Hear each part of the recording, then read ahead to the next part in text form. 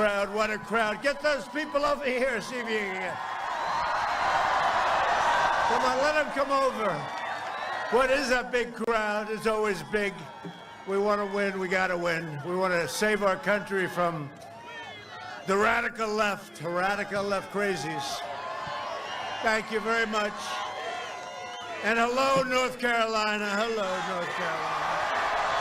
We love you, North Carolina. I'm thrilled to be in Fayetteville with thousands of loyal, hardworking American patriots. And you know what's going to happen in 45 days from now, and you're watching those polls, they go up, up, up, up. 45 days from now, we're going to win North Carolina. We're going to win 4 more years in the White House. Right? As we meet tonight, our nation mourns the loss of a legal giant, Supreme Court Justice Ruth Bader Ginsburg. Her landmark rulings, fierce devotion to justice, and her courageous battle against cancer inspire all Americans. You may agree, you may not disagree with her, but she was an inspiration to a tremendous number of people. I say all Americans. Justice Ginsburg's close relationship with a friend of ours, a friend of mine, Justice Scalia, is also a powerful reminder that we can disagree on fundamental issues while treating each other with decency, dignity, and respect. Our thoughts and prayers are with her family. Thank you very much. Thank you. Thank you. So Article 2 of our Constitution says the President shall nominate justices of the Supreme Court.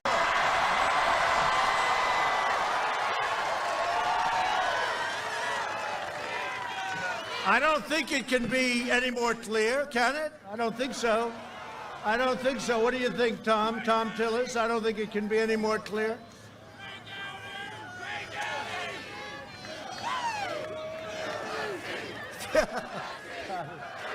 This can only happen in North Carolina.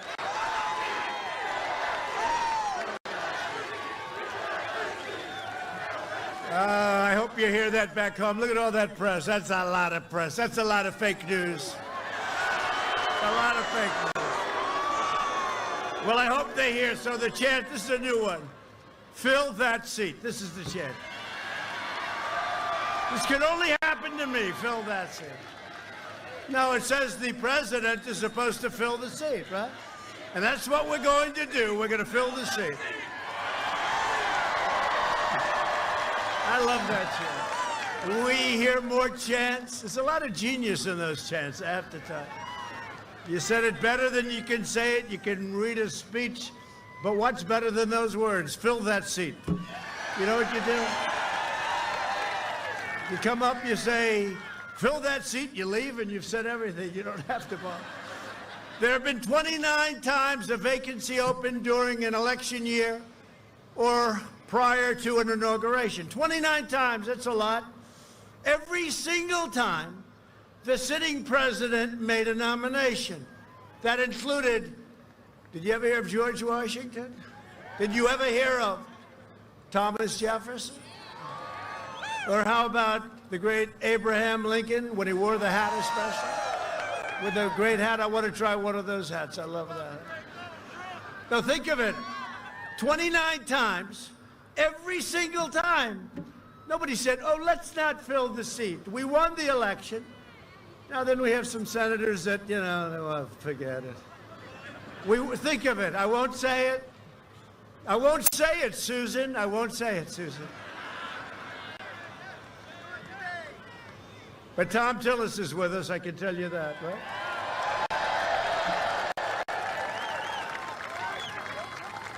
Great. We have great Republican senators. We have great people. And we have a great country. That's really, we have a great country. And we're going to keep it that way. So we win an election, and those are the consequences. You know, it's called fill that seat, and that's what we're doing. The Supreme Court was a very central issue in both the 2016 presidential election and then the 2018 midterm elections, where, by the way, I didn't run. You know, we had a lot of people said, oh, he really took a little bit of a shellac, and not nearly as bad as others. In fact, we gained seats in the Senate, but they never talk about that, right? They don't talk about that. We gained 2 seats. Nobody talked about it, but we didn't run. And I had a lot of people that said, sir, we'll never vote in 2018. I said, no, vote. Everybody vote. They just didn't. I think we were like 9 million people decided they wanted to wait, and they've waited. And you see what's going on. You see what's happening. You see the enthusiasm that we have, which, by the way, we set a record in 2016. The bad news for the Democrats is we are more enthusiastic now, not even close, than we were in 2016. I mean, we are getting crowds, and this is pandemic, and we're rounding the turn. We're rounding the corner of the pandemic, okay? But we're having them outside, and we shouldn't say this is some kind of a rally. From now on, it's called a protest. We are protesting. You know what we're going to call all our rallies now, because, you know, if you see a lot of these, let's call them blue states. We want to be nice. We're going to call it a protest against stupidity. So we are going to have protest against stupidity. Because, you know, a lot of the people, like in Michigan and other places, we love Michigan, but the governor's got them shut down. I hate to say it, your governor's got you shut down. It doesn't look it here, but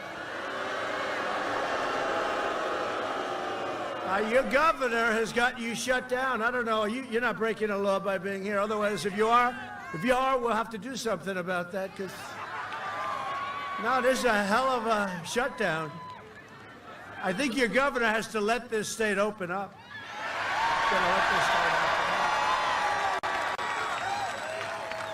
And Pennsylvania, look what they're doing in Pennsylvania, a great state. That's actually something very special is going to happen here in Pennsylvania. That's a Commonwealth. We always have to remember Pennsylvania Commonwealth. Got 2 of them, and you better remember or you get in trouble. But we love Pennsylvania, and it's shut down. The governor's got it just shut down, nice and tight. And you know what? On November 4th, it's going to be opened up. It's going to be opened up. Because they're trying to hurt our numbers, but our economic numbers are so good. They're staggering. They're the best we've ever had. Jobs, retail, stock market, everything. And this is with a lot of shutdowns by Democrats. That's all they're doing. On November 4th, they'll announce we've decided to open up. One of the teachers' groups said, actually, one of the unions and one of the politicians in California said, no, we're not going to do it. We need to do it. We should be open by November 4th. That was not a good thing for them to say. That person, I think, was fired. In both the 2016 and the 2018 elections, the American people chose a president and a Senate majority, united in their commitment to selecting nominees who believe in applying the Constitution as written, right? Both the White House and the Senate majority have a moral duty to fulfill the promises they made to the voters. And that is exactly what we're going to do. We said that if for any reason we have a vacancy on the United States Supreme Court, we will fill that vacancy. We're not going to say, and by the way, we have plenty of time. There's a lot of time. You know, you're talking about January 20th, right?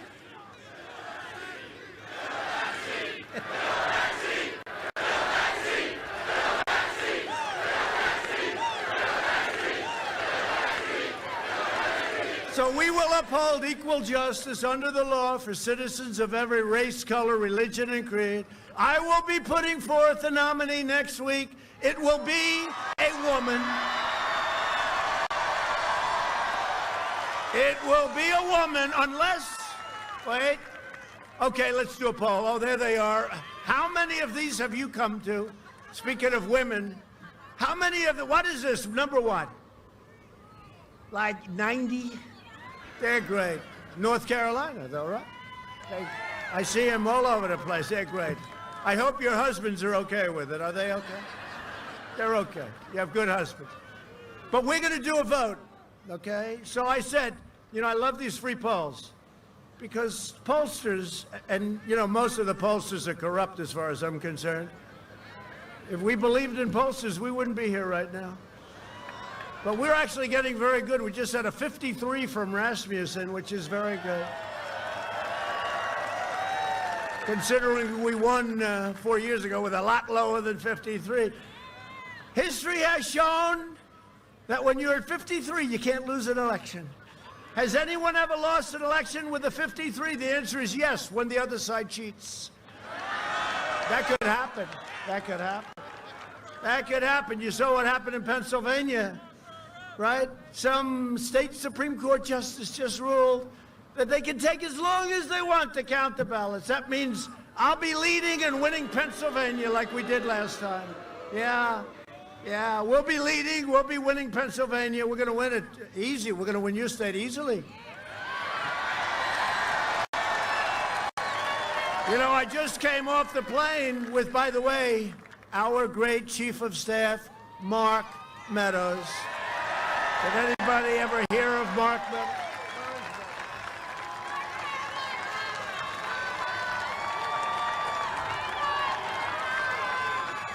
And Deb, what a great, she's doing such a good job. But you know, Mark, just a few months ago, I've been trying to get him for 3 years to leave, and we have a great person running, as you know.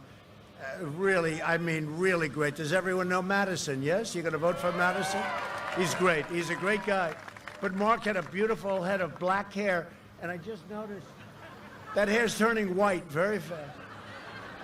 But we're doing the job. You know, we're very close to a great deal with TikTok. But nobody cares about that anymore. All they care about is fill that seat, right? That's all they care. Until about 24 hours ago, that's all they talked about is TikTok. Well, we have a deal worked out, I think, with Walmart is going to buy it, along with Oracle, Larry Ellison. It's going to be an incredible combination.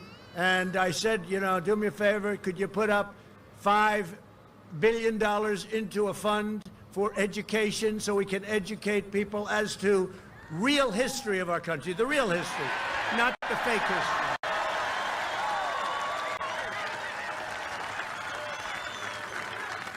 Because we're getting very close to that deal, and all of the technology will be maintained here. They're going to move probably to the great state of Texas. Sorry, we've got you a lot of business, but they're going to move into the United States, which is what's important. They're going to move it to the United States. Unbelievable company. They're going to have 25,000 jobs. If it all goes, I gave them the preliminary approval. But they're putting up $5 billion. And my only problem is they did it so fast, I should have asked for more. You know, what happened is when I suggested they should put up a lot of money, everybody said, senators, congressmen, women, everybody, they said, you can't do that. That's never been done. That's the problem. Nothing's ever been done. And we had other companies. A lot of people wanted it.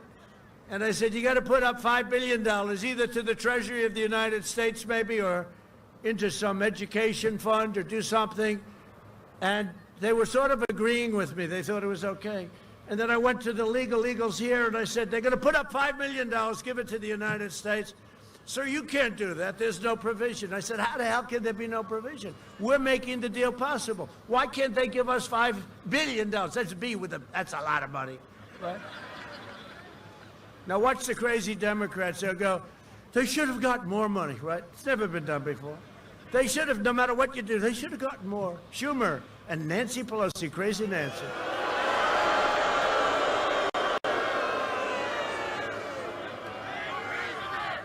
But I'll tell you, and I said it last night, we had a great rally last night. You saw that, right? In a place that we're going to win. We're going to win. Minnesota hasn't been won since 1972. And they're all saying, well, we did give them back the big iron ore range. It was Obama took it away with the stroke of a pen. He put everybody out of work. We gave it back. But I'll tell you what, we're going to have a victory on November 3rd, the likes of which you've never seen.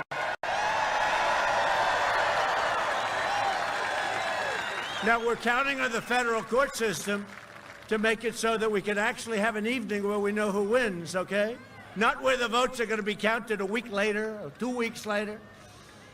But in just 3.5 years under my administration, we've secured America's borders, rebuilt the awesome power of the U.S. military. Think of that.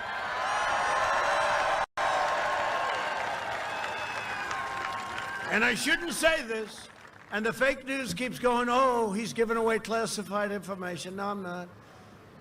We are building, and we have built, weapons the likes of which this world has never seen before.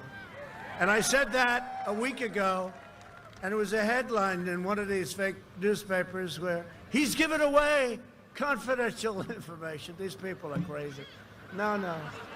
I'm just telling you that President Putin and President Xi of China, Russia, China, North Korea, everybody, they are so envious of what we're doing. They can't even believe it. If they know, they perhaps don't know. You know, under Obama, they knew immediately, okay? Under us, but we are building weapons all made in the USA, the likes of which no country has ever seen before, and hope to God we never have to use them. That's the key.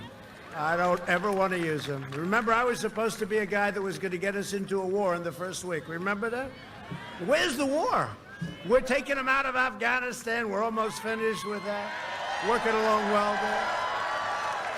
We're taking them out of Syria, other than I left some behind for the oil. We kept the oil. Is it okay that we kept the oil? Is it okay? We kept the oil. Let's go back to my poll. Ready? So, we're putting, I think it should be a woman, because I actually like women much more than I like men, I have to say. No, I do. I do. I like women more. So I have to make a decision to fill the seat, as we say. We should have a new campaign. Let's make a T-shirt, fill the seat, okay? Watch. My people are so good. Tomorrow, it'll be all over the place, fill the seat. That's a good idea. That's a good idea. Fill the seat. Okay, watch, they're so good. Tomorrow, you see them all over the place, fill the seat. I don't know how the hell they do it, but they get it done fast. Remember I said, where's Hunter? Where's Hunter? The next day, it was like one of the biggest selling T-shirts. Where is Hunter? What the hell ever happened? He took the money and he ran, I think. Where's Hunter? He took the money. He went to China. He took $1.5 billion. He had no experience. He didn't have a job until this guy became vice president. Then he went to China, got $1.5 billion. I asked the head of a great company, Blackstone, one of the biggest in the world. I said, Steve, let me ask you a question. Is that possible? No, it's never done. China doesn't do that. Well, how did a guy with no experience do this? He said, very simple, his father's vice president. Is that what you want? And then Ukraine, $183,000 a month and a $3 million upfront payment for him and his friends. Think of this, with no experience and no job. And they said, do you know energy? It's an energy company that paid it. Do you know energy? No, I don't. I've not familiar with the subject, right? Our great congressman, right? How the hell did this happen? I think it'll be brought up in the debate, I think.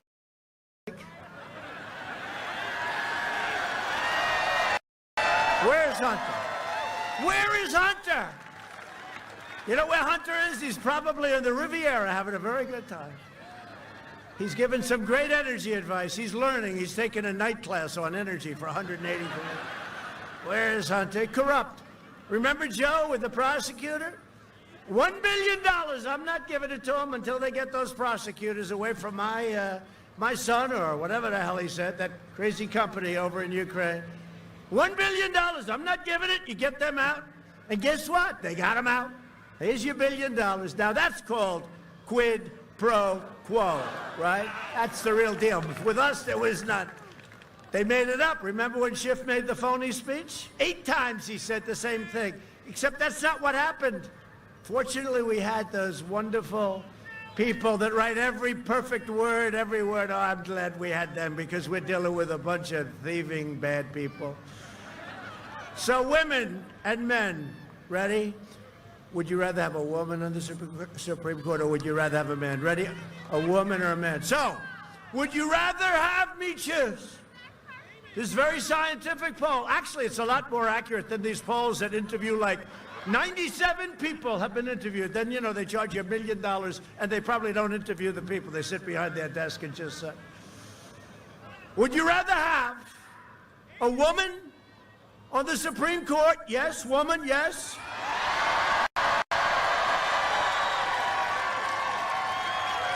Tom Tiller says yes. So would you rather have a woman, or would you rather have a man on the Supreme Court? What's going on? Let's give it one more quick chance. This is a free poll.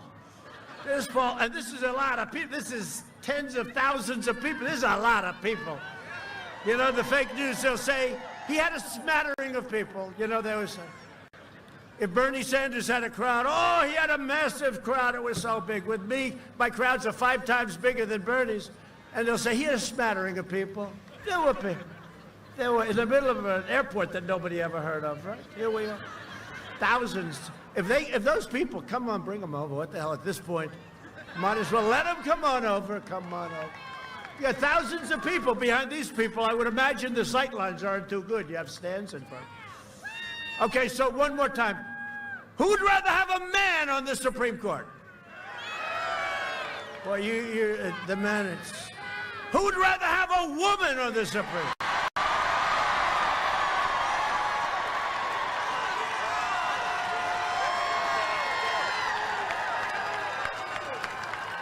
Now tomorrow, like fake news CNN, he was playing games with the United States Supreme Court.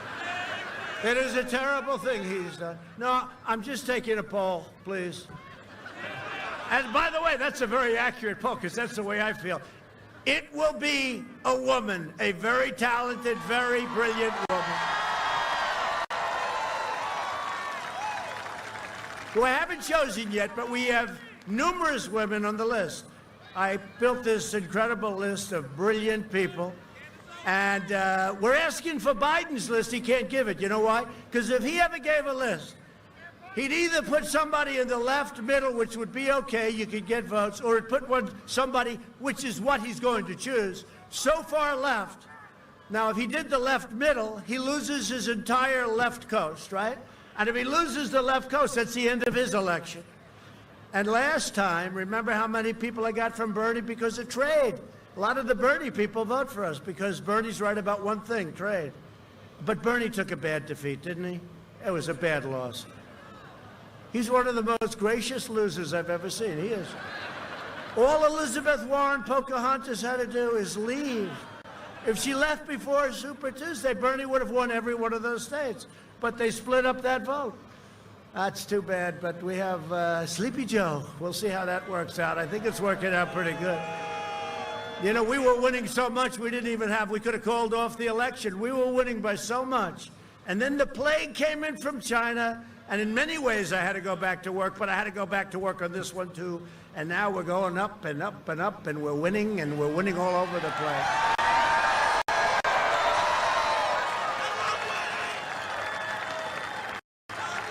Because I happen to think, and I just say what I want, and you know, they make up a lot of false stories. They will make up a lie, like what I said about military. Can you imagine? No animal would say that. They make it up and then they put it in ads. So once they did that, the only good thing is I can say, I said, now I can say anything. He is the worst candidate, the dumbest of all candidates. But he was dumb in prime time, as told to me by a senator from long ago. Said, who's the dumbest in the Senate? Who's the smartest in the Senate?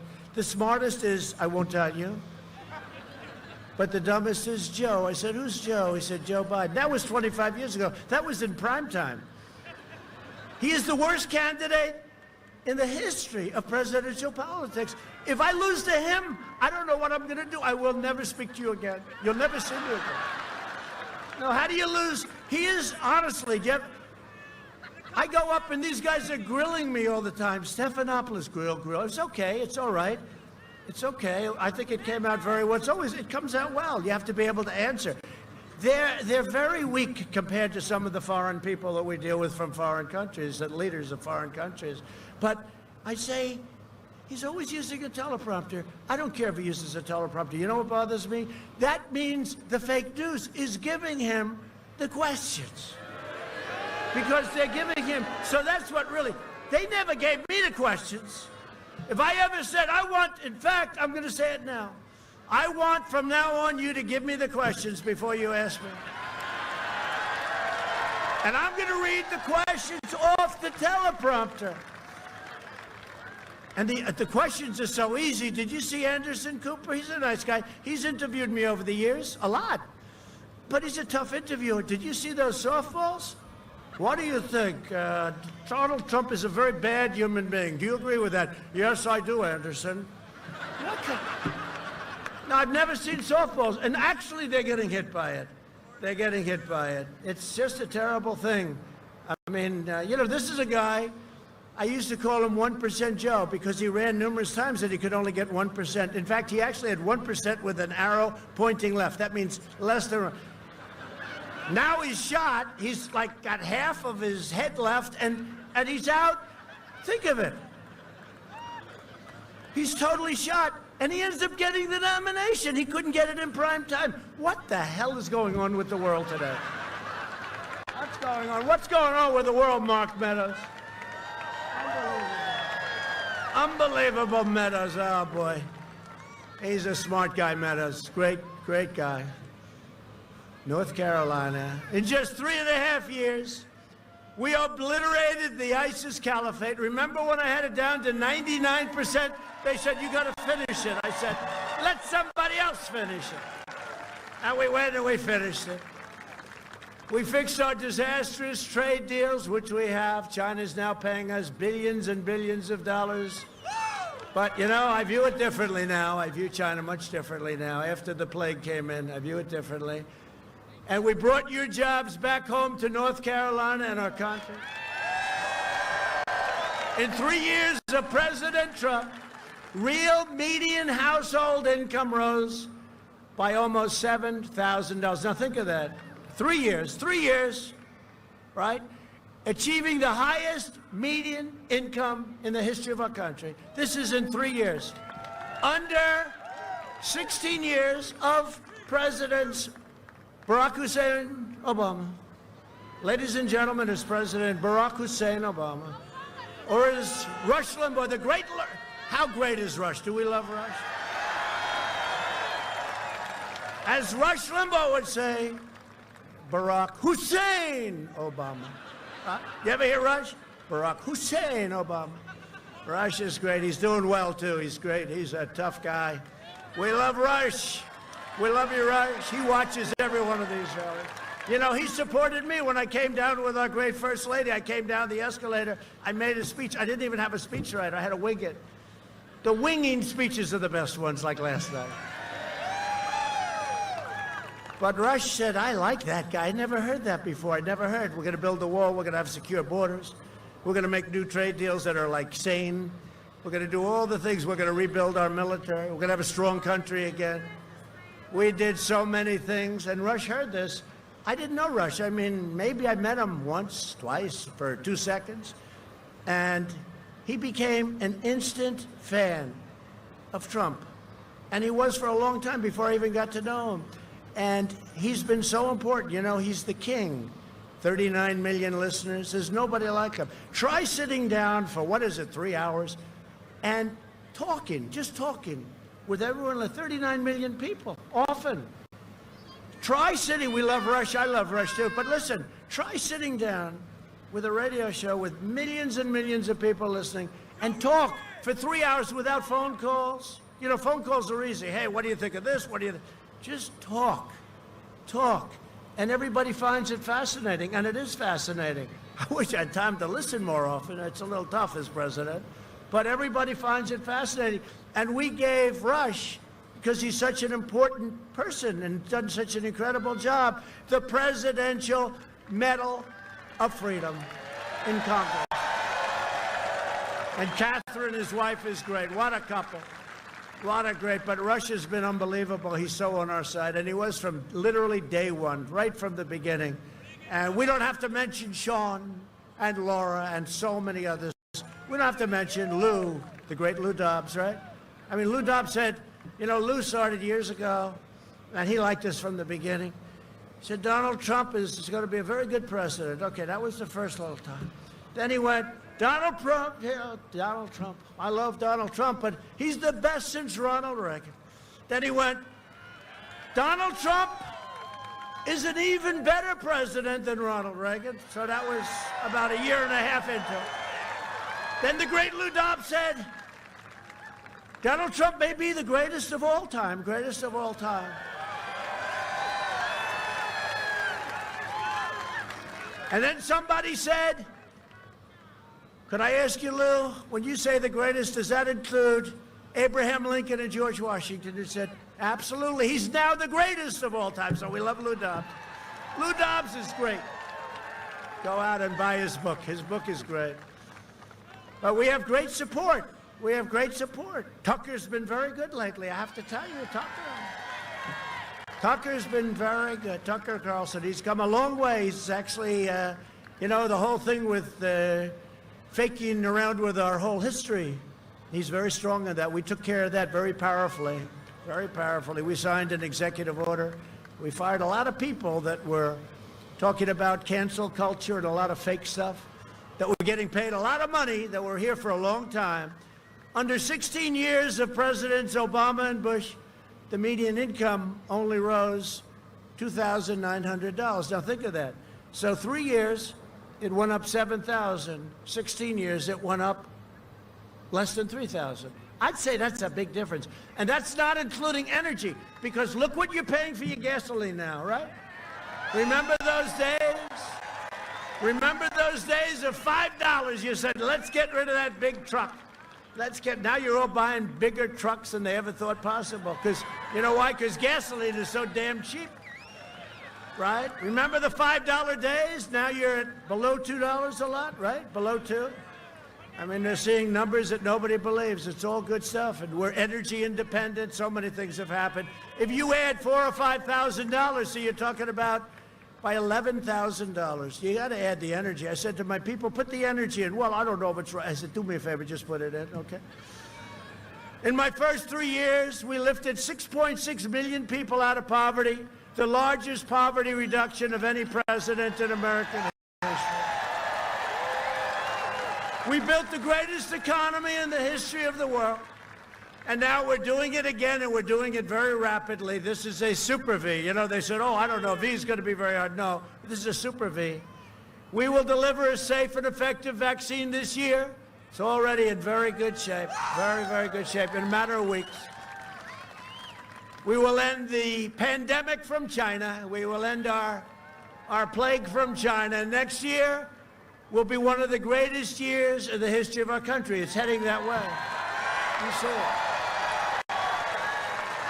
If you take a look, automobile manufacturing, housing, retailing, they're all setting records. They're through the roof. Hard to believe, actually. During the rounding the corner, when I say rounding the corner, they go crazy. They want to keep it going as long as possible. If you say anything positive, they say, he's not telling the truth to the American public. I am actually telling the truth.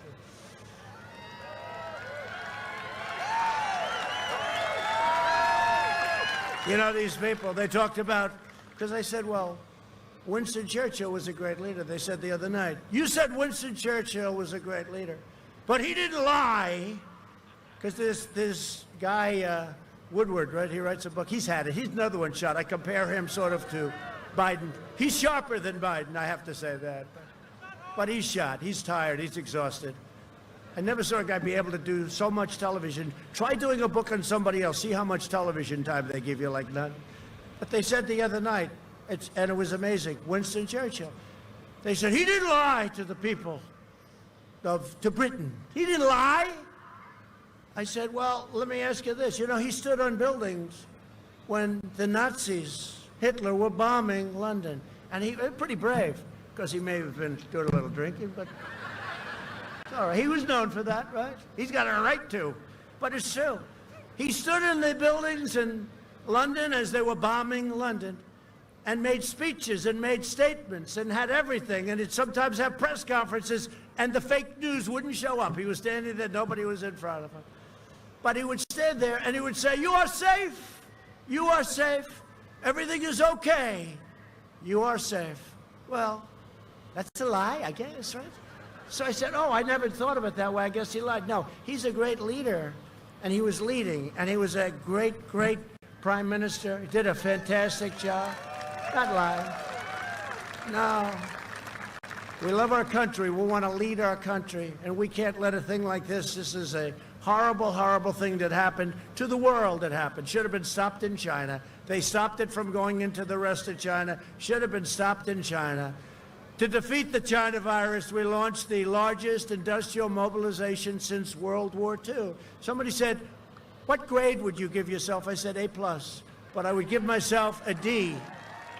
I would say I would give myself and my whole group, because Mike Pence is great. Mike Pence really was, he worked so hard. And it's unfair, he worked so hard. The ventilators, the vaccines, the therapeutics now we have. Look at what's happening when somebody gets very sick. Look how we bring them back so often compared to what it was originally. I mean, the work that's been done, and wait till you see what happens over the next few weeks with what's going on. But the Democrats don't want the vaccine. They don't want to, you know, at first they wanted a vaccine because they didn't think it could happen. Now that we have it, they're going like, "Well, we don't want it." You know, it's the craziest thing. Think of it. You want to get a vaccine, and they're willing to hurt people, let people die for political reasons. Think of it. Honestly, I think it's a disgrace. But we surged rapid testing kits. We have more testing than practically everybody. You look at number 2 is India. They have 1.5 billion people. We are up 50 million tests more than India. In fact, we're about to crack 100 million tests. And when you test, then you have, does this make sense? Then you have cases. So we do all this testing, and I come home and I turn on NBC News. It is so bad. I think NBC, that's not only MSDNC, I think NBC with Lester Holt, there's another beauty. Hi, Lester. How do you feel being in second place, Lester? He surged from first place to second place. But NBC News is it's just terrible. You know, they use free airwaves, and then they give you fake news, right? Free airwaves. They should pay a lot of money for this. This is not right. NBC, it's owned by a company called Concast, C-O-N, Concast. They're con men. It's a disgrace. You know, they spend fortunes on public relations, and then I get up and make a speech like this with television blazing all over the world, I guess. Yep, the world. It's all over the world. And I say Concast, and immediately there goes their public. How's your public relations doing, NBC? Not too good. But they're just, they don't tell the truth. Our country would be so much better off if we had honest media, really. Be so better off. Really would.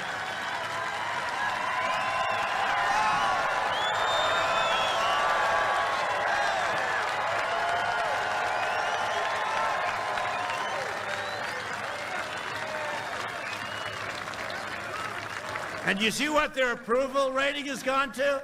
I think it's one of my greatest achievements.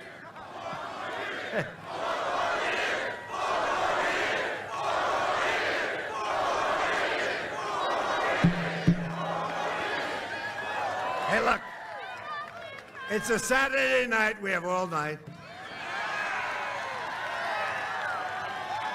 This happened last night in Minnesota. You know, I have these teleprompter people. They're great. They're genius. And I was about 45 minutes into the speech, and I realized I was only on line 2.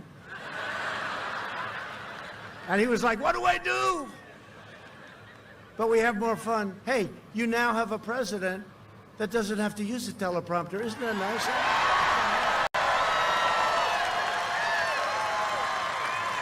And I said last night, and yeah, your friends were there, the congressman.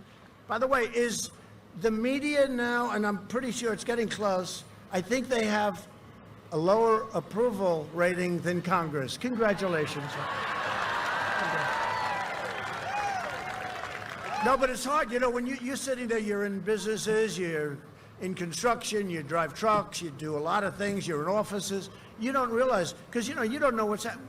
I know exactly a true story, and then it's written to totally bend the truth, to make a good thing into a bad thing. Like, can you believe it? In 1 week, they nominated me, not for one, but for 2 Nobel Prizes. No, but think of it.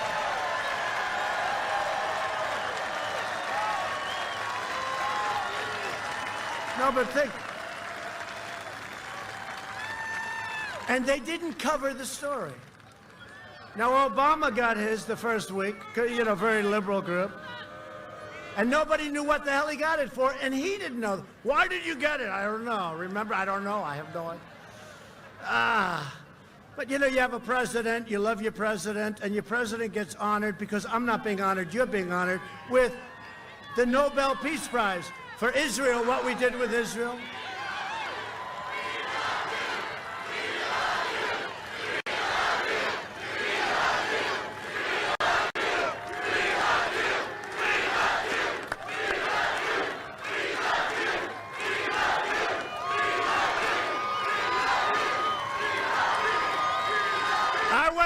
I said to the First Lady, darling, she's very popular. She made a great speech, right?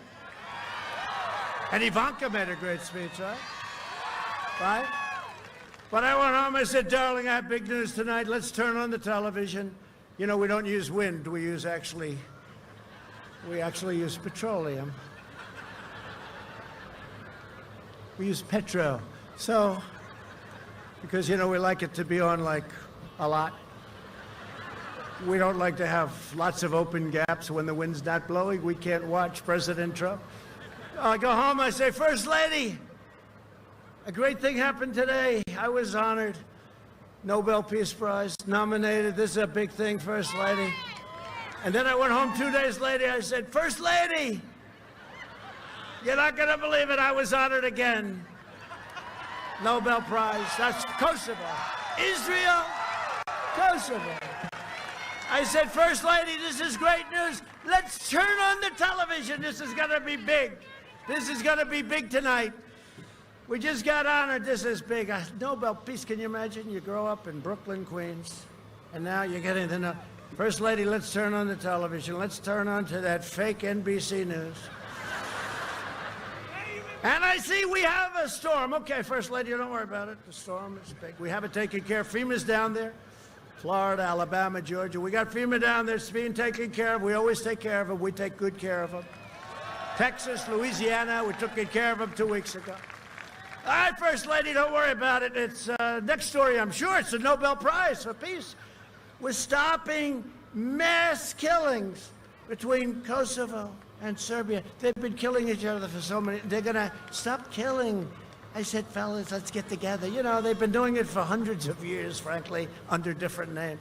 I said, that's great. And with Israel, UAE and Bahrain signed a deal with Israel. Everybody said, couldn't be done. I said, all right, First Lady, that's the first story on NBC, but don't worry, that's a big story. You know, the floods are big. Well, I see it. And then there was a second story about something. And then a third story about something with me. I don't know, something bad they found out. Then there was a fourth and a fifth and a sixth. I said, First Lady, I'm a little embarrassed. I thought we'd do a little better. And then they looked at the screen and said, good night. And I wasn't covered. I got the Nobel Peace Prize nomination, a Peace Prize Nobel nomination, and they didn't cover it. And then the following day, I watched a certain show that does like us, and they said, would you believe that they covered, and they mentioned like 5 subjects that were nothing. That was 18 minutes, and the Peace Prize Nobel version, 0 time for President Trump. Thank you very much, fake news media. We appreciate it.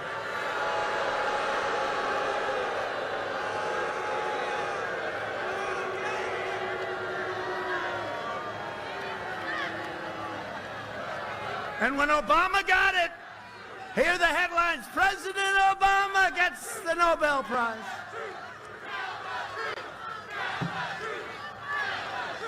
We need an honest media. The free airwaves, they lie over the free airwaves. They use them and they lie. I don't know. We're going to have to look at it. They're a bunch of scoundrels. They hate it when I say it, but you know, honestly, they are the enemy of the people. When they lie, they are the enemy of the people. You are the enemy of the people. Oh, damn it, the red lights just went off. 1, 2, 3. There's one back there. There's one back there. Probably, oh, it's OAN. Thank you, OAN.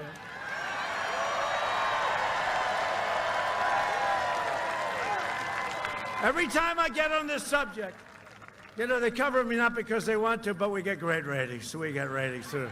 We got these little deals that we have here. Come on in, folks. Come on in. Look at these people.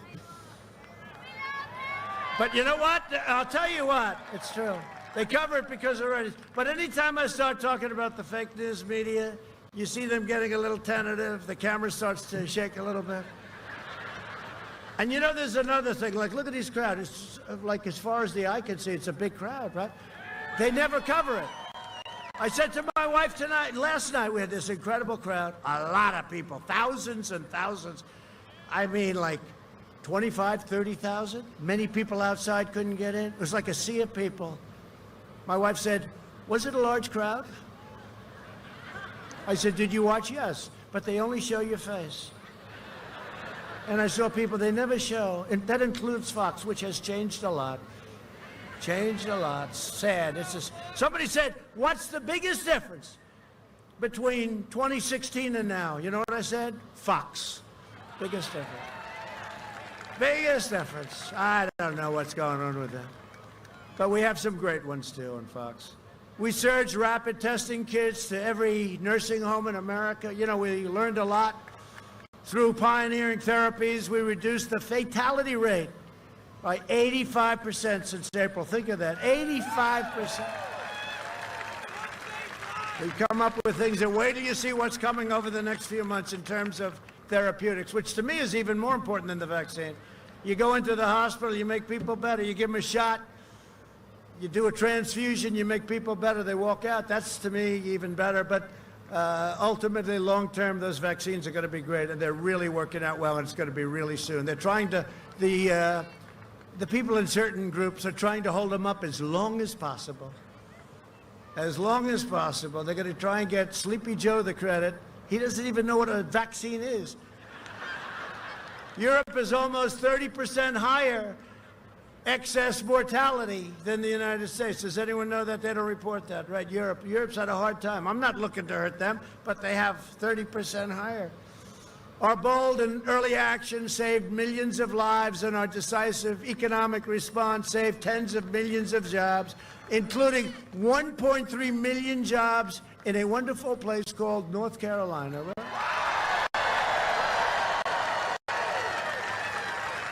When I banned travel from China in January, Sleepy Joe Biden called it, that's hysterical. That's xenophobic. What does that mean? Tell me what xenophobic means, Sleepy Joe.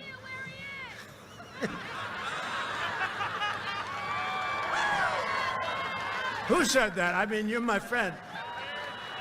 Who said it? Boy, what a voice. Have you ever tried opera? What a voice that everybody has. That's true. I wouldn't say it. She said, he has no idea where he is, but I would never say it. I won't say it. I refuse to say it. No, but don't underestimate him. Look, he's been doing this for 47 years. And I got a debate coming up with this guy. No, it's true. You never know. You never know. They give him a big fat shot in the ass, and he comes out. And for 2 hours, he's better than ever before. You know. The problem is, what happens after that? Nah, we're going to ask for a drug test. We are. I'd like to have a drug test. Both of us. I'll take it. He'll take it. Because I watched him in the debates with, you know, with all those people, those Democrats. The one who treated him worse was Kamala. She was the one actually also She was the one that treated, you know that, she was the one that treated him so badly, and she treated Kavanaugh very badly, too. Nobody was ever ruder, nobody ever suffered like Justice Kavanaugh suffered in the hands and the mouths of those horrible people. The way he was tortured was disgrace, and they had nothing.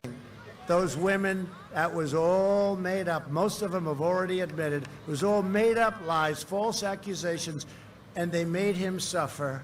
And the leader of the pack, I would say, was Kamala was the worst, and Pocahontas was a close second.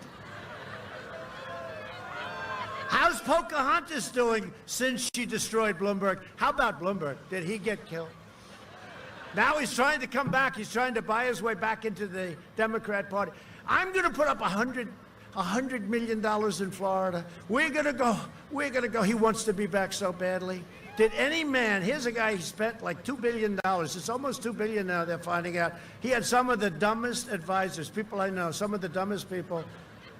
You know, if he would have just kept spending a couple of $100 million a week on ads, he could have won. He could have won. Unfortunately, he said, no, I want a debate. He went and sued to get into the debates. That was not a good lawsuit. They settled by saying, we'll let you in the debate. The first question, he was destroyed. You would think that the way the Democrats treated him, he would really come to me and say, I want you. But his hatred and jealousy, you know, he wanted to be president, but he doesn't have the capability of being president. But he's going down now to Florida. He's going to spend $100 million. How good, I have to say this, I'm not a fan of Elizabeth Warren. I gave her the name Pocahontas. I thought that was the end. Remember I used to say about her? She has, oh, well, you know it. You know, I would just look. I said, this is not an Indian. She said, I'm an Indian. You remember when I said, I have more Indian blood than me. I have more in me than she has, and I have none. Unfortunately, I'd like to have some. I would like to have some. I think it could help. It might make me better. But I have none, and I said, I have more than she does. And then she went out and she choked. Remember that? And she went out and she took a test. And it found out that about 700 years ago, there was a possible event. 1024th, right? Wasn't that it? Good memory, very good memory. Trump has a good memory. Good memory. Not for that, but for a lot of it. No, 1024th, which meant, you know, many, many, many centuries ago. There could have been a hookup somewhere along the line. But she choked. We forced her into a choke. She went down like a rock, and then she started coming up, up, up, up, up. Then she totally destroyed Mike Bloomberg. We call him Mini Mike, remember? Mini Mike, he wants that platform. I want a platform, damn it. I don't mind. Oh, boy, he was pathetic. But now he's going to try and buy his way back into the Democrat Party. Who was the other guy, the other rich guy? He just kept spending money. What was his name? You remember that guy? Great environmentalist. Except he made his money with coal, which is okay. I think coal is good. Clean coal. I like clean coal. If we had listened to Joe Biden, hundreds of thousands more Americans would have died. You know that. He was way behind. This was months later. And then I watched him last night reading something saying that I closed it up 1 week late, right? 1 week. 2 months later, he was talking about the fact that I shouldn't be doing that to China. I shouldn't be banning China because I was xenophobic. And it's just unbelievable. And now they will say anything. It's called disinformation. They will make up a lie, they will make up a story, and they go with it. It makes no difference whether or not it's true. And they'll take ads. It's the worst group of people. He's surrounded by bad people, dishonest people, but they're very smart. He's not smart. They keep him from talking. It's actually, you know, if he wins, it's the single most brilliant campaign in the history of the world. Because they took a man who's got nothing. He didn't have it, but he's got nothing. And I will give them credit. The single greatest campaign in history if he wins. But you know what? If he wins, North Carolina is screwed. And so is every place else. And you can forget your tobacco industry. You can forget your farmers. I gave the farmers $28 billion. Thank you very much, President Xi. $28 billion. Because you were targeted, right? You were targeted by China. And I said, how much were the farmers? Iowa, Nebraska, you, all of them. You were targeted. I said, how much? Sonny Perdue. I said, how much, Secretary? 12 billion and 16 billion. You were targeted. I took it out of the tariffs. We never took 10 cents in from China. Now we're getting billions and billions and billions of dollars. And I took just a small part of it, $28 billion. That's a lot of money, but it was a small part of what we've gotten. They can't believe it. So who do you think China would like to see win? Sleepy Joe that never took anything, or Trump? He's charging him so much. We're driving him a little crazy. They don't like Trump too much. But now Biden is recklessly campaigning against this vaccine. It's really reckless, and all it is for political reasons. It's political reasons. Biden, his whole deal is catastrophic shutdown. He wants, we're getting better. We're really coming along, and he's talking about shutting down. We're not doing any shutdowns. We don't need shutdowns. Maybe a little area, if it starts to spike, we understand we have to take care of our senior citizens. This guy he said, well, I'll do whatever my medical people want. I believe in science. He doesn't know what science is. I believe in science. No, we're not doing any shutdowns. We're rounding the turn. Without the vaccine, we're rounding the turn. With the vaccine, it'll just speed it up. That's another one will be controversial. They'll say, he's saying that it's happened. Yeah, without the vaccine, it's going along. With the vaccine, even better. It'll be faster. Biden's own chief of staff said when they managed the H1N1 that he calls the N1H1, right? He goes, the N1H1, and that's an easy one because H comes before N. But he always gets it wrong. It's like 7 times. It's great to be with the great people of Iowa. They say, sir, you're in Idaho. Oh. I've never made that mistake so far. But I always say, if you do, just leave the stage because you can never recover. You can speak as well as I mentioned Winston Churchill. He's a great speaker. He was a stutterer, and he became one of the greatest speakers ever. You can be Winston Churchill. If you make that mistake, just leave the stage. You can't recover. But he's made it oftentimes, right? New Hampshire, and it was Vermont. The worst, I think, was, I think there was one, he was in Ohio, and he said he was in Florida, right? But he couldn't find any palm trees. We just got a poll from Ohio through the roof. Great state of Ohio. Good governor. Great state of Ohio. But when they managed the H1N1 swine flu, this was from his top person that ran it, quote, we did every possible thing wrong. 60 million Americans got H1N1 in that period of time, and it was just a total disaster. He basically said we didn't know what the hell we were doing. And this is the guy that's going to tell us what to do with something that's much more lethal. Much more lethal. This is much more lethal than the swine flu. If H1N1 had the same fatality rate as the China virus, over 2 million people would have already perished. They didn't know what the hell they were doing. And the guy admitted it. That guy cannot be very popular in Democrat politics right now, right? But just remember, and he's telling us how to do things. We're building ventilators. We're the ventilator capital of the world now. Think of it. We're sending them to other countries. We have so many. And we have made a lot of governors look very good. And they all admit it until the press comes in front where they say, oh, it's okay. But we took care of them. We took care of governors. We took care of the states. On November 3rd, North Carolina will decide whether we will quickly return to record prosperity or whether we allow Joe Biden to impose a $4 trillion tax hike. Ban American energy. Confiscate your guns. These are all things he said. Shut down our economy. Destroy the suburbs. You know, they were saying that women in the suburbs, they're not sure if they like me. They're starting to like me a lot lately because it's law and order. They want law and order. Thank you. A suburbanite. Thank you. Thank you. No, it's true. I don't know, but I heard the same thing 4 years ago. Remember? Women will not vote for him. Then we win the election. It's like they're all in shock. Well, what took place? Well, he did very well with women. What the hell was that all about, right? Did very well. Women were great. Hey, we were way above everything. African American, we did great. Hispanic, we did great. Have you seen African American and Hispanic American numbers?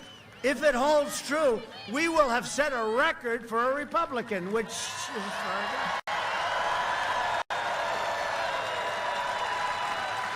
No, if it holds true. Well, a lot of jobs, a lot of great thinking. But he wants to give free health care to illegal aliens. Now, what that's going to do is destroy our country, because two things happen. Number one, we can't afford it. Number two, everybody is going to come pouring into our country if you do that. You know, right now they're saying, wherever they are, when you say, we're going to give you free education, we're going to give you free health care, we're going to take care of you, everything's going to be perfect, we're going to give you every single family. Now watch, they'll print this. We've checked it out, and he lied about this. Every single family is going to be given a brand new silver cloud Rolls Royce. Now I said that, and CNN went, he lied about the fact that they're not getting a Rolls Royce. Remember when I said, Russia, if you're listening in front of this mess, Russia, if you're listening, find out where her emails or whatever. And then everybody laughed, I laughed with her. They actually play it all the time. When he spoke to Russia, you ever see it? And they cut it off before the end, they don't see any. I said, Russia, if you're listening. Oh, these people are sick. He wants to erase your borders. Yeah, that was supposed to be a joke, right? It was a joke. It was a joke. Everybody was laughing, but they refused to go the extra quarter of a second. He wants to indoctrinate your children with poisonous anti-American lies in education. To combat the toxic left-wing propaganda in our schools, I am launching a new pro-American lesson plan for students called 1776 Commission. Already done. Okay.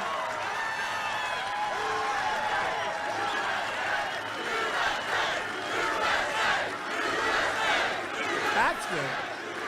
Yeah. It's true, your kids come home and they tell you things. How many of you, the kids come home, they tell you things, it's a disgrace. What they're teaching them is a disgrace. We're ending it. In fact, we're taking school funds away from these crazy schools that are teaching horrible things, bad things, actually. We will teach our children the truth about America, that we are the most exceptional nation on the face of the earth, and we are getting better every single day. And no party can lead America that will not teach our children to love America. No party can do that. The Sleepy campaign has joined forces with those trying to tear down America and our way of life. We have a great way of life and getting better all the time. Look at what we've done. Biden's running mate urged supporters to help bail rioters out of jail, including one who attempted murder. That's right. One who attempted to murder a police officer, and a man accused of sexually assaulting an 8-year-old girl. 13 members of Biden's staff donated to the same fund. Look, that's where they're coming from. Just, you know, he's trying to go a little bit more right, like the fracking. Oh, well, of course we're going to have... For 6 months, he's saying there'll be no fracking, which I don't think the people in Pennsylvania are thrilled with, considering that your taxes could quadruple. I tell it all the time, Texas, right? Texas, they like oil. They like guns, right, in Texas, right? And they like God.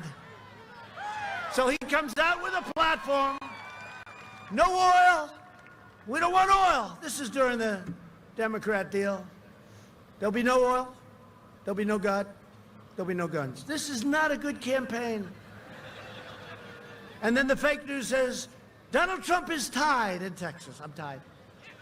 Last time I was tied in Texas until the day of the vote. Then they announced the second they called it. The polls in Texas have closed. Donald Trump has won the state of Texas.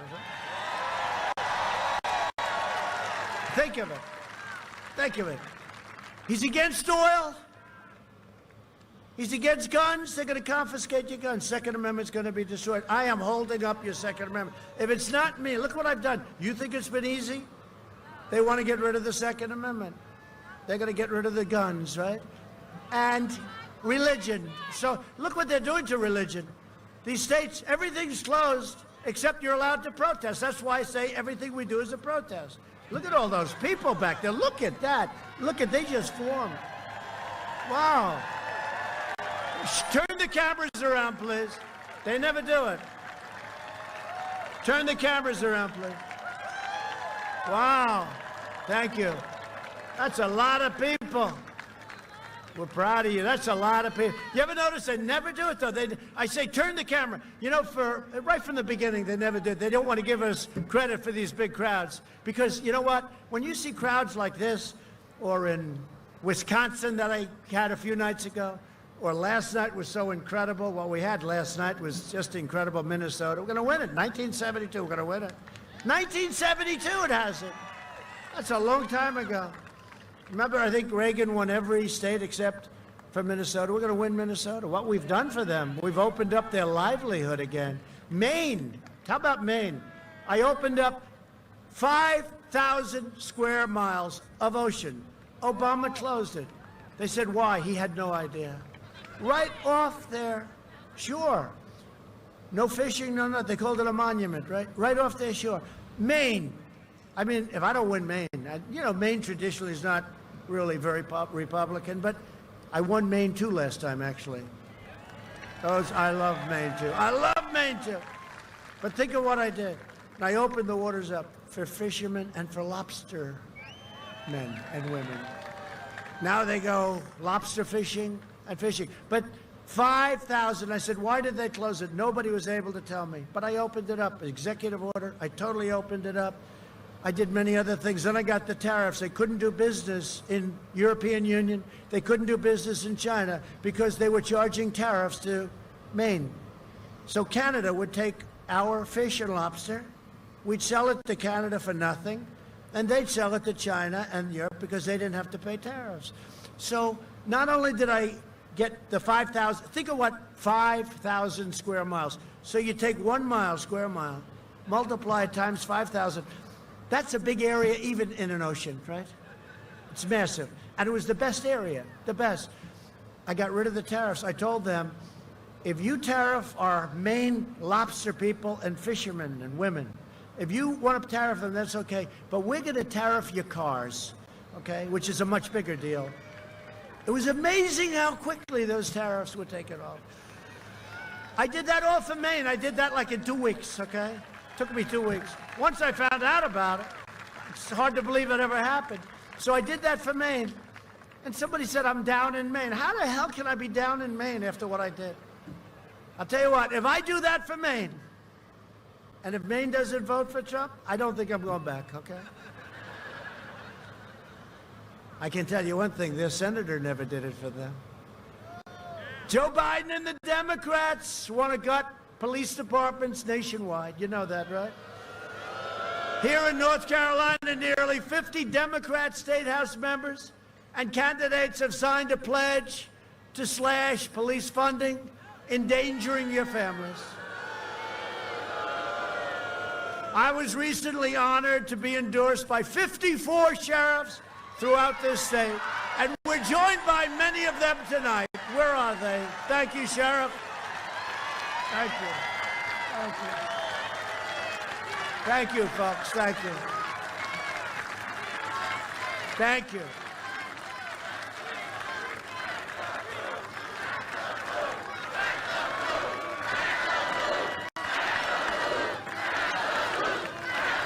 We got to take care of our law enforcement.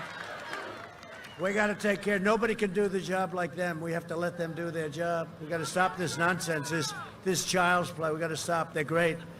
You know, I was endorsed by, think of this, New York's finest. It's very tough. You know, de Blasio is your mayor. He doesn't have a clue what's happening either. I think Sleepy Joe's worse. You want to know the truth.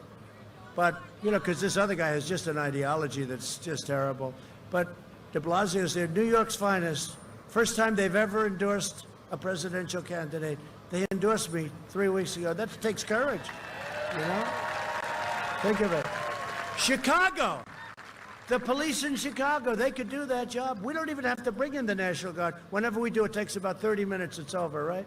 Like we did in Minneapolis. 30 minutes. Remember that beautiful scene? They lined up, they went down. There was no social distancing in between these great, tough guys. There was no social distancing, Tom Tillis. They went down and they had like $250,000 outfits. They had more crap on their helmet with night goggles. And these guys were sort of, you know, wise guys, right? They're shouting at him, screaming at him. They were screaming at the wrong people. They went down. They never had to stop. It was just forward. It all ended. It all ended in Minneapolis. It took, you all saw it, what, a half an hour? Remember they hit the CNN reporter in the knee? He went down, Ali Velci. He said, "This is a friendly protest. It's wonderful to see such a..." Behind him, it was all fire for blood. It looked like Berlin during the war. This is a friendly... What are they doing? How does that help to be like that? How does that help? We're joined tonight by some really great friends of mine and some warriors that have been a fantastic help to me. One man who, especially over the last year, he has been so great, couldn't be better, and I think he's doing very well. I'm looking at some numbers, and you're doing very well, and I think your opponent has some very big problems. Senator Tom Tillis. Thank you, Tom.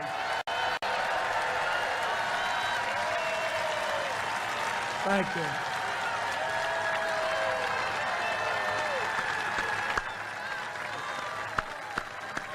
He's been great. Smart guy. And he's got a couple of bills that he's putting in. One in particular, I love it. You got to do it. That if a sanctuary city causes problems, you can sue the sanctuary city. You can sue. We got to get that one moving, right? That's moving along, right? That's a great one. A man who I just did a phone call for the other night, and the people love him. He's in a rough district, but he's now leading. I see you're up in the polls. Congressman Richard Hudson. Great guy. Where's Richard?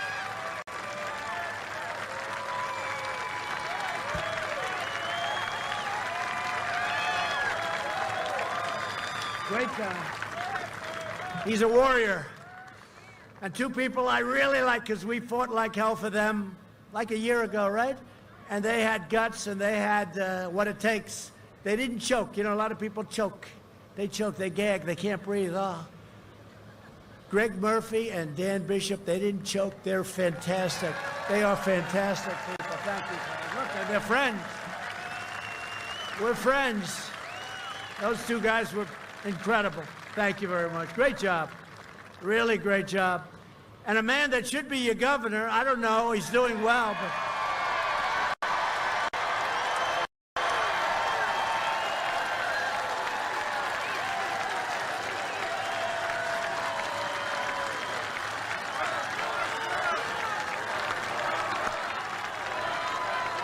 Lieutenant Governor Dan Forrest, everybody. Thank you very much. Great job. Handsome guy, handsome. Looks like Cary Grant. I hear you're doing really well. Look, I mean, this guy's got the state totally closed down. It's ridiculous. When are they going to open? When are they going to open? Dan, I guarantee if Dan, this would have been opened up a long time ago. And you would have done even better. I mean, you would have done better. And North Carolina Republican Party Chair, Michael Whatley. Michael. Thank you, Michael. Great job, Michael. How are we doing, Michael? How's it going? Are we up? I mean, if I lose North Carolina, I'm getting out of here. This is not, look at that. This is not, just so you know, the crowd of a man that's coming in second. I say it all the time. I said it when I left Michigan, 2016, the night of the election. We had 32,000 people. Hillary was there just before me in a prime location. She had about 400 people. And we had 30. I got there at 12 in the evening. I started speaking at 1 in the morning. It's now election day, and I left. 32,000 people we had. 32,000 people. So it's now election day. I started speaking, think of it, 1 o'clock in the morning. We had 30. You never saw anything like it. I left. I said, That doesn't look like we're going to lose Michigan. And guess what? We didn't. We won Michigan. First time in decades. And you know what we've done? Many car plants are now opening up. A great gentleman who's just retiring, Prime Minister Abe of Japan, I said, Shinzo, please do me a favor. We need more car companies. You're selling cars into our country. Please, we want them built here, not in Japan. Please. He said, but we cannot do that. This is a free enterprise system. I said, I know, Shinzo, please. I need some car companies. Please do it. I can't do it. I said, Shinzo, you have to do it. Next day, it was a story. 5 car companies to open up in Michigan, right? So much for free enterprise, but he's a great guy. He's a friend of mine. He's great. He's great. They're lucky he's a friend of mine. I would have been much tougher. It's hard. You know, when a guy's a friend, it's hard, but they did a lot. They did a lot. They're helping a lot. And what they've done here, by the way, Japan, and what they've done in Michigan, Ohio, what they've done. And, by the way, we all love South Carolina, right? Right? I think you love it. Now, South Carolina, we're winning here. But South Carolina, I hate to say this to you. I don't want to make you upset. We're winning by about 400 points, you know. I spoke to a great person in South Carolina. I said, sir, you don't have to come here. This thing's up by a lot. What the hell is the difference, right? I mean, we are up, and we're up good. But I'd love you to tie South Carolina. What do we have to do? What do we have to do? But a lot of activity in South Carolina also. They're doing great. You had the best year you've ever had. They've had the best year they ever had. And you're going to go to a better year. We are going to have a better year. We're also deeply honored to be joined by a military spouse, Amy Williams, who was reunited with her husband, Sergeant First Class Townsend Williams, at my State of the Union address. Everybody remembers that. Everybody remembers. Look at that. Hi, Amy. Hi, Amy. What a great person.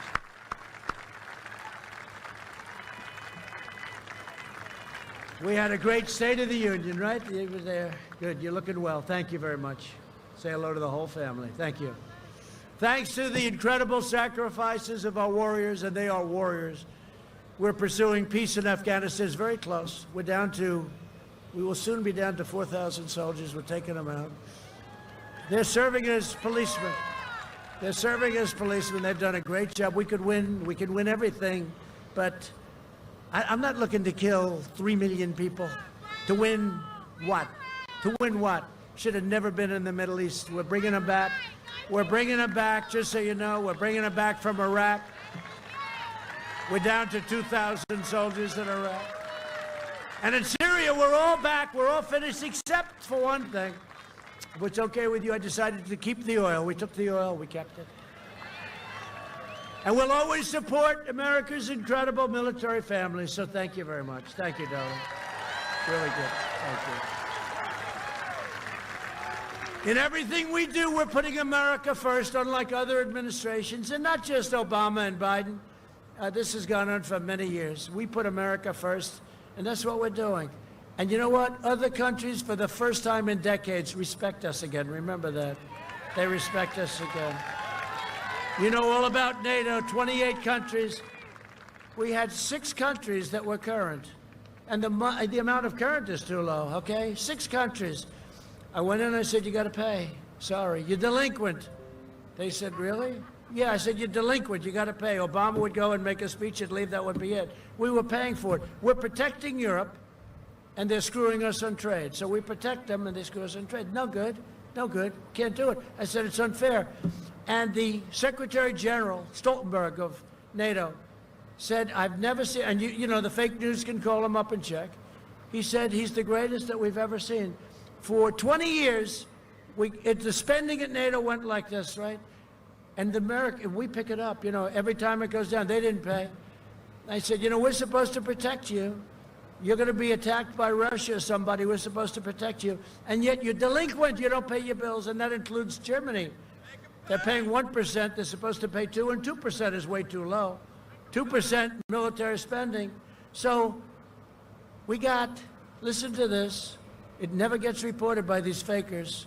We got $130 million more, not total more, going to over 3 years, $400 billion. So we're going from 130 billion with a B, not million, to $400 billion. And they said to me, a very nice guy, head of one of the countries at a table, I can't believe it never got released, but now we can talk about it because it's 3 years ago. But they said, sir, and this was a big private meeting of all of the nations, does that mean if we don't pay, because I said you got to pay your bills. We're protecting you, you're not paying your bills. Some did, like Poland and some others, but most didn't. We had 6 to 8 were current, and we were paying much more than we should have been paying, much more. I mean, it's Europe. We've got to defend ourselves. And there was no guarantee that they'd help us if we ever had a problem, right? We're never going to have a problem. We got so much stuff now, we're never going to have. We were depleted, now we have great. But they said to me, does this mean, and I had to give them this answer, I can't believe it didn't get leaked by some sleazebag. We have leakers all over this place. But a lot of it isn't leaks, you know, a lot of it's just made up by the newspapers. They make up phony stories. They say, Donald Trump woke up today, he was in a very bad mood, according to sources. There is no source, they just made it up. Hey, I woke up and I was in a bad mood. It's true, I've been in a good mood because we're doing so much for our country. We've done so much for our country. But at the NATO meeting, one of the presidents of one of the good countries, all good, they said, sir, does this mean that if we don't pay, does this mean that you're going to leave and you're not going to protect us? I said, yes, that's what it means. I'm sorry. It was an amazing effect because other presidents said, no, we will always protect you. We will always protect you. Even if you don't pay, even if our taxpayers are paying for everything, even though you take advantage of us on trade, you don't let our cars in, you don't let our stuff in, but you sell us like crazy. Even though you tariff our products, even though you do everything, and then you take advantage of us with the military, they said, we will always protect you. So they didn't pay. Why the hell would they pay? They said, boy, these guys are stupid. So they asked me the question, does this mean, sir, that you will not protect us anymore if we don't pay? I said, I'm sorry to say, it does. That's a big story. You know, 3 years ago, it's a big story. It was amazing how the money came in.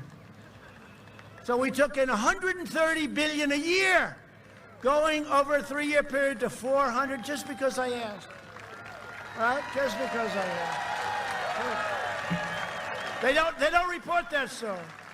That we got lightweights that I fired, and they write books about me that I'm a bad guy. Oh, he's a terrible guy. He treats our allies so badly. No, our allies treat us badly. Our allies, in many ways, treat us worse than our enemies. I must be honest with you. They take advantage of us. Everyone takes advantage of your country, and we don't put up with it. And you know what? The funny thing, we get along better now because they respect us again. Before they thought we were stupid. They respect us again. True.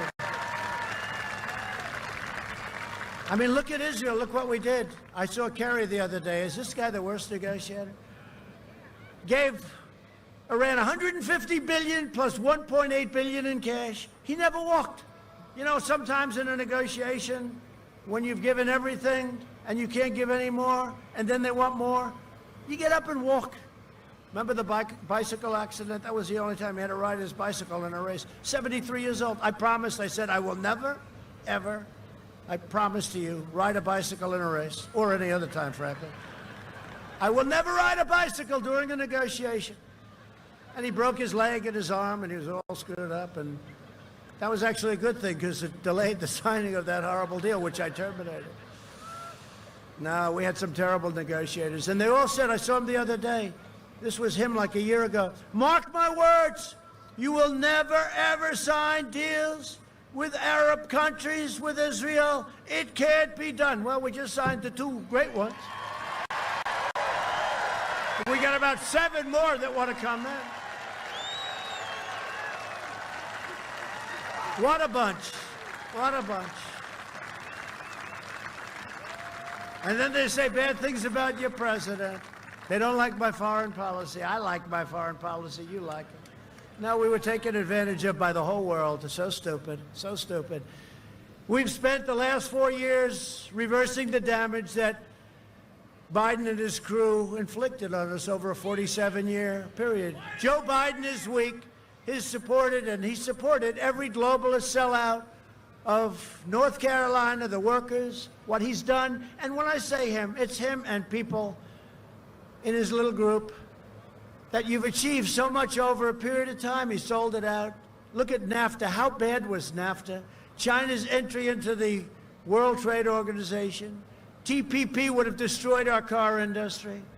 And of course, he joined and wanted to join the Paris Climate Accord. That's another beauty. That would have cost you trillions and trillions of dollars. That was actually, I think, designed to put us out of business, you know, literally.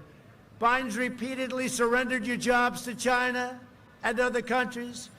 This state lost 43% of all manufacturing jobs after the NAFTA and China disasters. You know that. You lost 43%, but I think the real number is 61%, by the way.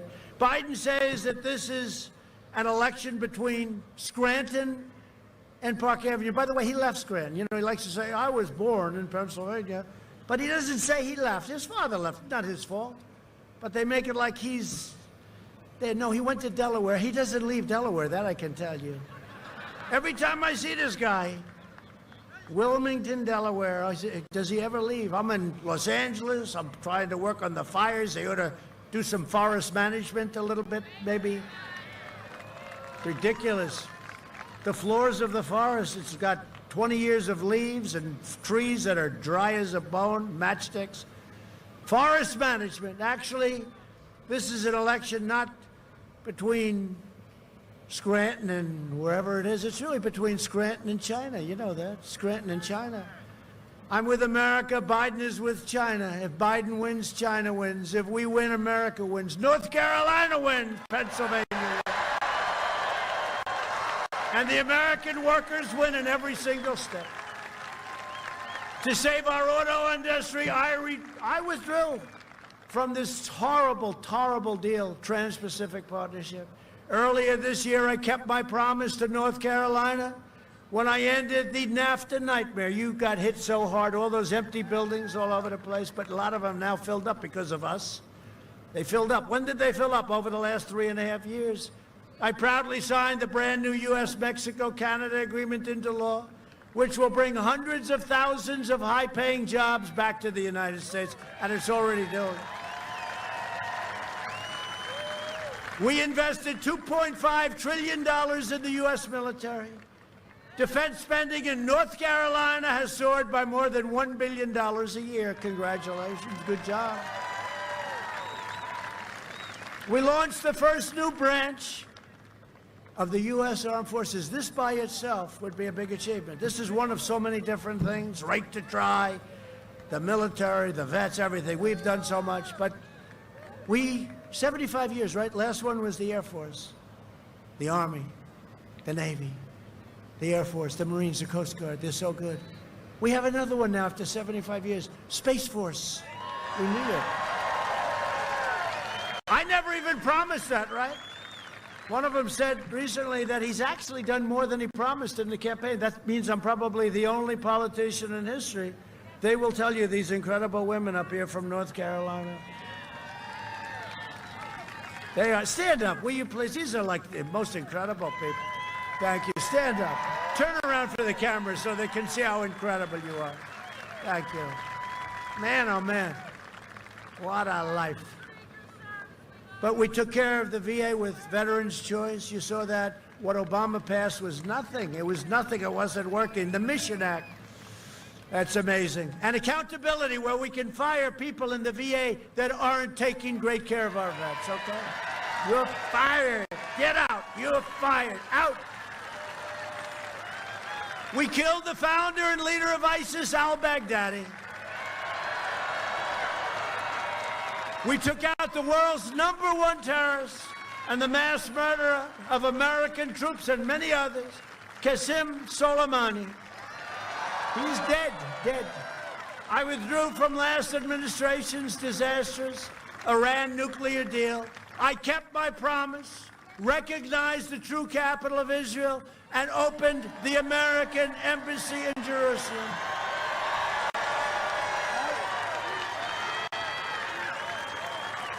And we got it built. I was signing a sheet of paper. You've heard this story.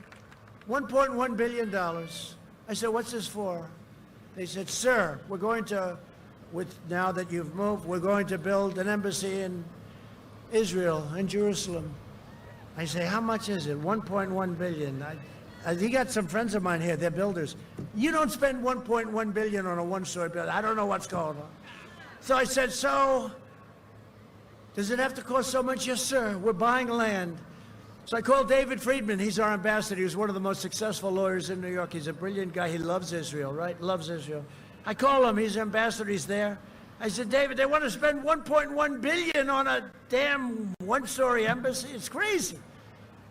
I said, would you take a look? Maybe we own some land, you know. We own a lot of land. We've been there a long time. Calls me back. He said, let me take a look at it, sir. He calls me back the next day. Sir, we have a great piece of land, a much better location that we were going to way overpay for, a much bigger piece. We have a setback building that we can renovate and make it great. I said, that's fantastic, David. How much will it cost to renovate the building? I think we can do it for $190,000.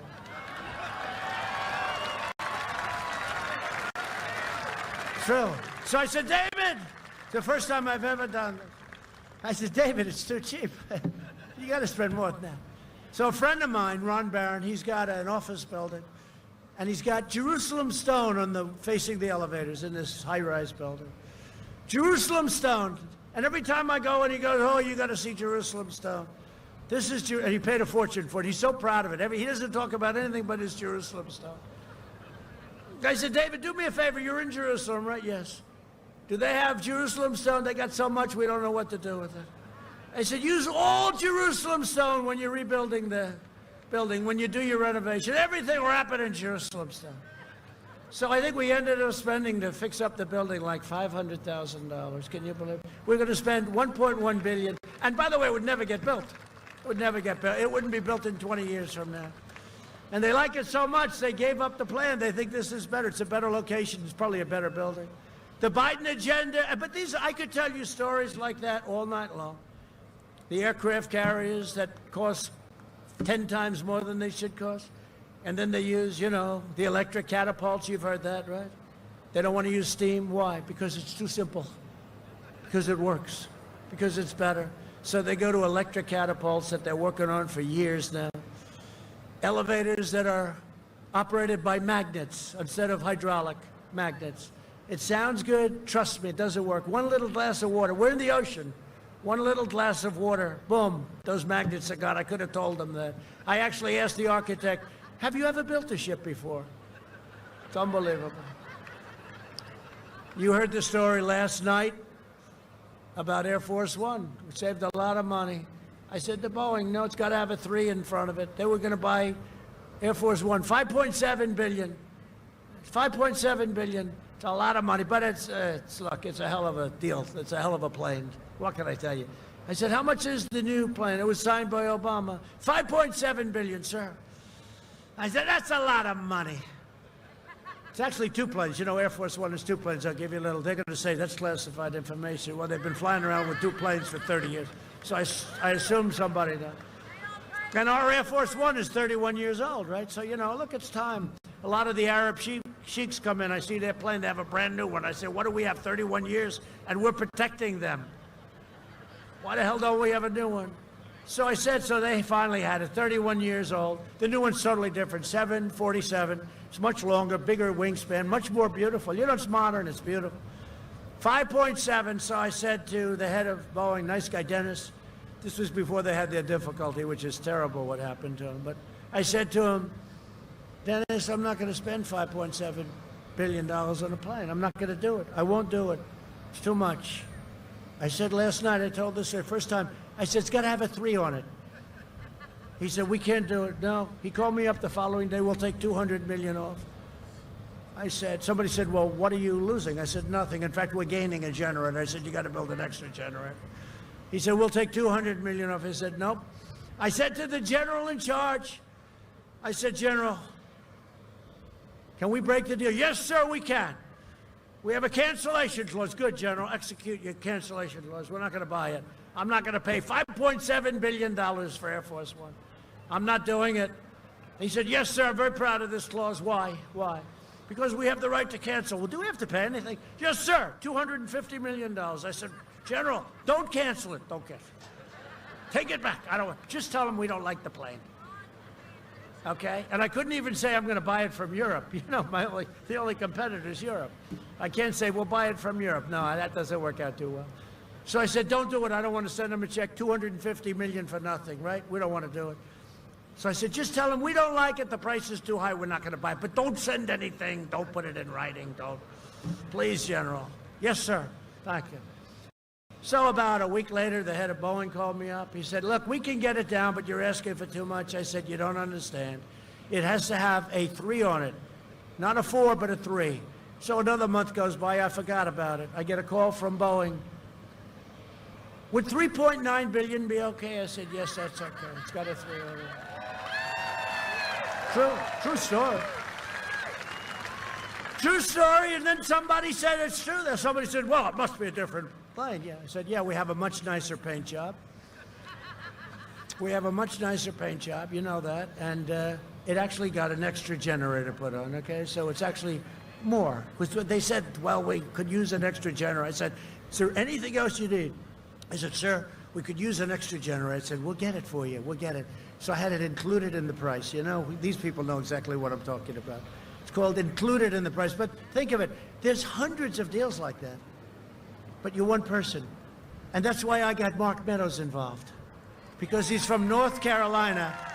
He's from North Carolina, and he's cheap as hell. I need some cheap people. Oh, there's so many, hundreds and hundreds of stories. I could tell you so much, it's crazy. The Biden agenda would collapse our economy and destroy your country. It would destroy your Social Security and protections for pre-existing conditions. It will.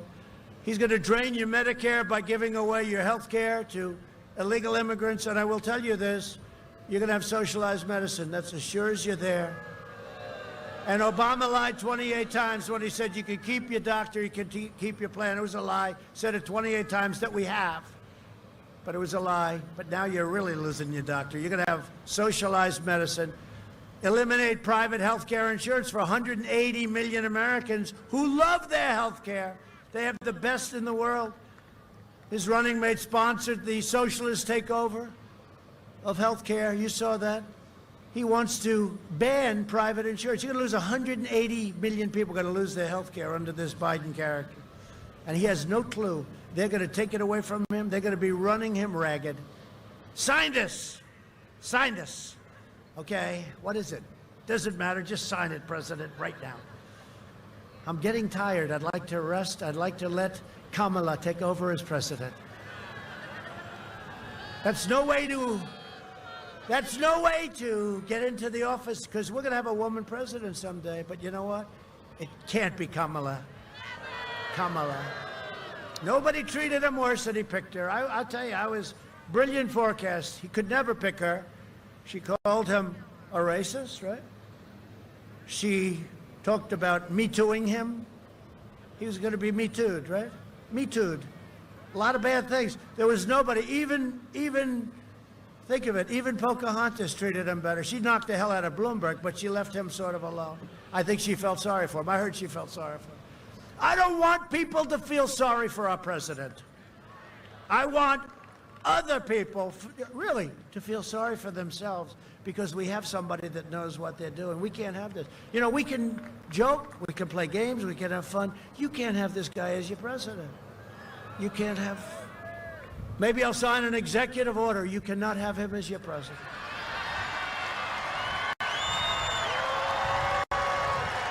No, but you know this.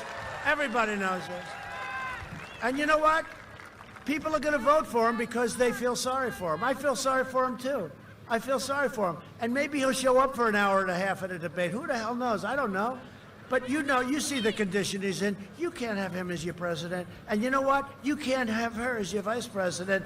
potentially going to be president. And that's why they're pushing so hard, because they know he's going to be out very soon, and she's going to take over, and she is the furthest left person of anybody. She is rated, not by me, she is rated further left than even Bernie Sanders, okay? He's second, she's first.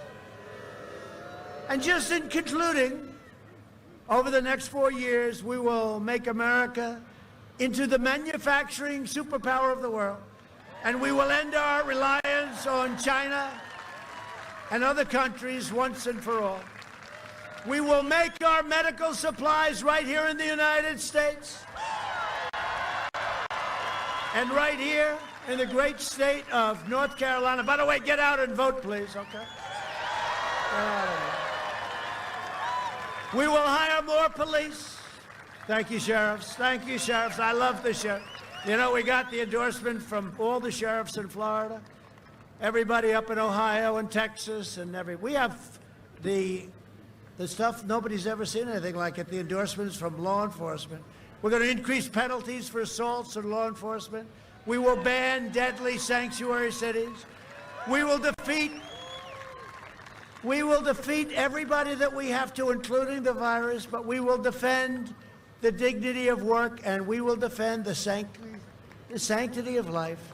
We will uphold religious liberty, free speech, and the right to keep and bear arms. We will strike down terrorists who threaten our citizens, and we will keep you know this, right? It's okay, right? We will keep America out of these ridiculous foreign wars. We will maintain America's unrivaled military might, and we will ensure peace through strength. It's about time.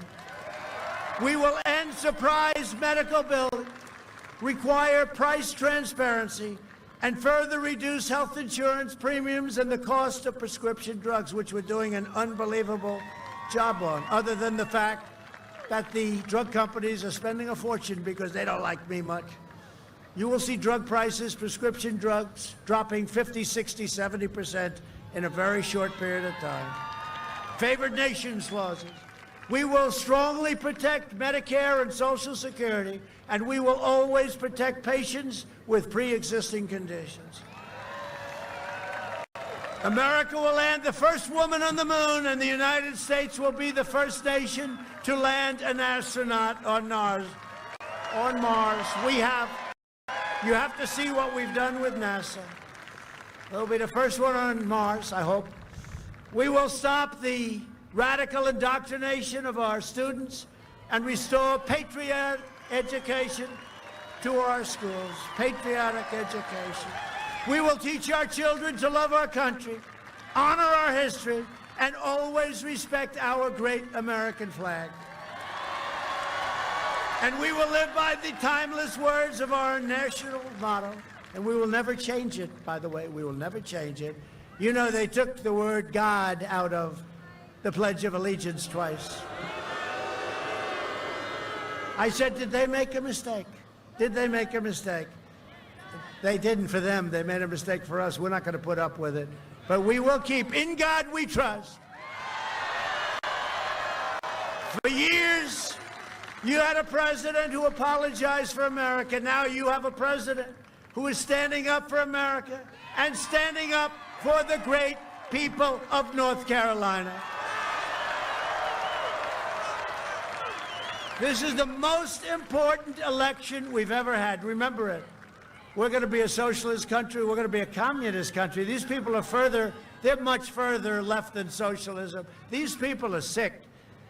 So get your friends, get your family, get your neighbors, get your co-workers, and get out and vote. Get out and vote. And watch to make sure they're not cheating, which they will be. Early voting has already begun. Don't wait. Get out and vote. We got to win this. If we win this state, we're going to win the whole thing. This is a very important state. If we win North Carolina, we're going to win the whole thing because we're doing well everywhere. From Wilmington to Charlotte, from Concord to Raleigh, and from Greensboro to right here in Fayetteville. We inherit the legacy of generations of North Carolina patriots who gave their blood, sweat, and tears for this beloved nation. We stand on the shoulders of American heroes who crossed the oceans, blazed the trail, settled the continent, tamed the wilderness, dug out the Panama Canal, laid down the railroads, raised up the skyscrapers, won 2 world wars, defeated fascism and communism, and made America the single greatest nation in the history of the world. And you haven't seen anything yet. Haven't seen it. Proud citizens like you helped build this country, and together we are taking back our country. We are returning power to you, the American people, with your help, with your devotion and your drive. We are going to keep on working, we are going to keep on fighting, and we are going to keep on winning, winning, winning. You hear that, Sharon? We are one movement, one people, one family, and one glorious nation under God. And together with the incredible people of North Carolina, we will make America wealthy again. We will make America strong again. We will make America proud again. We will make America safe again. And we will make America great again. Thank you very much. Get out and vote. Vote, vote, vote. President Donald Trump in rare form, 2016 style. This brings us back to how it was in 2016. It feels like 2016. Something's happening out there, everybody. It is. These rallies are massive. I just think that President Trump is going to win big, but we need everybody to get out and to vote. This election is too important. We all know that. Let's not be complacent. The Democrats are going to try to cheat. You know that. I'm telling you, the mail-in ballot thing is the key. We have to make sure that the Democrats don't succeed in their efforts to get mail-in voting. They've already done it in a couple of states. We have to continue to fight this in the courts, and we have to make sure that it's a free and fair election. The only way the president doesn't win is if it's not a fair election, and that is just key. You know that as well as I do. We all know it. And so that is why it's so important to do something, no matter what you can do. No effort is too small. Get out and vote, do something, knock on doors, make calls, post online, do whatever you can. It's all hands on deck. We need you. And I want to thank you for watching Right Side Broadcasting's coverage. This is the third rally in 3 nights that we've done. We'll be in Ohio on Monday. In 2 spots, we'll be in Vandalia, Ohio, early in the day, and over in Swanton by the Toledo area Monday night. We head to Pennsylvania the next day on Tuesday to Moon Township, which is right by Pittsburgh, and then back to Florida, to Jacksonville, Florida, on Thursday and Saturday back to Pennsylvania. And you better believe there's going to be many more to come. We want to go to every single one of them. We need your help to do that. rsbnetwork.com/donate. We are a viewer-supported network, a small company from Little Auburn, Alabama. It's a beautiful place, but we definitely need your support because we don't take on investors, and we take the mainstream media every night. We beat them. Tonight, I'm not sure, I didn't see, but we usually beat them in the streaming ratings, and that's all thanks to you. I'm going to send it back to Liz Willis and Grace Saldana, who did a great job tonight on her first night as an RSBN correspondent, and she'll also be in Middletown next week with Liz Willis. So going to send it back to them right now here on RSBN. Enjoy. God bless you all. Enjoy your Sunday. We'll see you back here Monday from Ohio.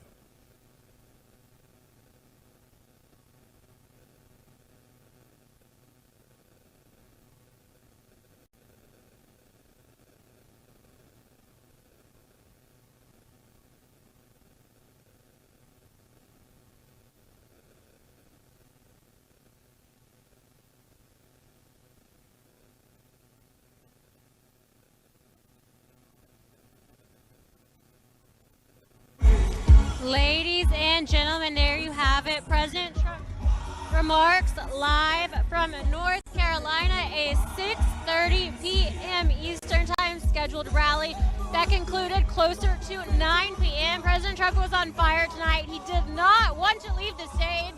A little fist bump dancing action at the conclusion of his speech as well. It was a good time for everyone here tonight. Grace is still dancing with her mittens, but a huge crowd, a big turnout, and it was really exciting to be here. We hope you enjoyed the coverage.